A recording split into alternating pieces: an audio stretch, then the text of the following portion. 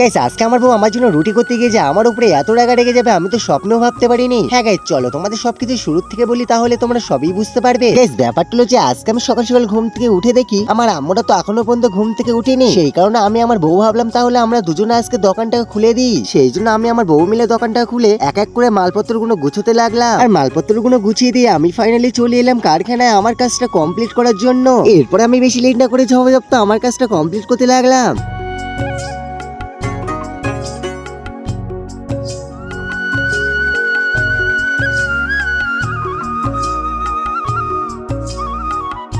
আর কিছুক্ষণ কাজ করতে আমার তো সেই লেভেলে খিদে পেয়ে গেল, সেই জন্য চলে এলাম আমাদের ঘরে কিছু খাওয়ার জন্য। আর ঘরে আসতে আমার বউ দিয়ে দিল লুচি ঘুগনি, সেই কারণে আমি আর বেশি লেট না করে ঝপঝপ খেতে শুরু করে দিলাম। আর খাওয়া দাওয়া শেষ করে আমি আবারও চলে এলাম আমাদের দোকানে কাজ করার জন্য। তারপরে আমি আর বেশি লেট না করে ঝপঝপ কাজ করতে শুরু করে দিলাম। আর কাজ করা হয়ে গেলে সন্ধ্যাবেলা আমি আমার বউকে বললাম, বউ আজকে একটু রুটি করো না প্লিজ। আর আমার বউ বলতে লাগলো, কি হলো এমন, তোমার সন্ধ্যাবেলা আজকে রুটি খাওয়ার স্বাদ জাগলো? ওই মানে রাতের বেলা ভাত খেতে ভালো লাগে না, সেই জন্য তোমাকে একটু বলছিলাম। আর বলার সঙ্গে সঙ্গে আমার বউ তো রুটি করতে লাগলো। আর এদিকে আমরা চলে এলাম হাবির ভাইয়ের ফাস্টফুডের দোকানে, কারণ আমার বন্ধু নাকি বাড়ির জন্য কিছু একটা নিতে এসছে। তারপরে কিছুক্ষণ বসে থাকলে বুঝলাম যে আমার বন্ধু আমাদের খাওয়ার জন্য তো এগরোল অর্ডার দিল 3টে। আমি তো আমার বইয়ের বলে এসেছি রাতের রুটি করতে খাওয়ার জন্য।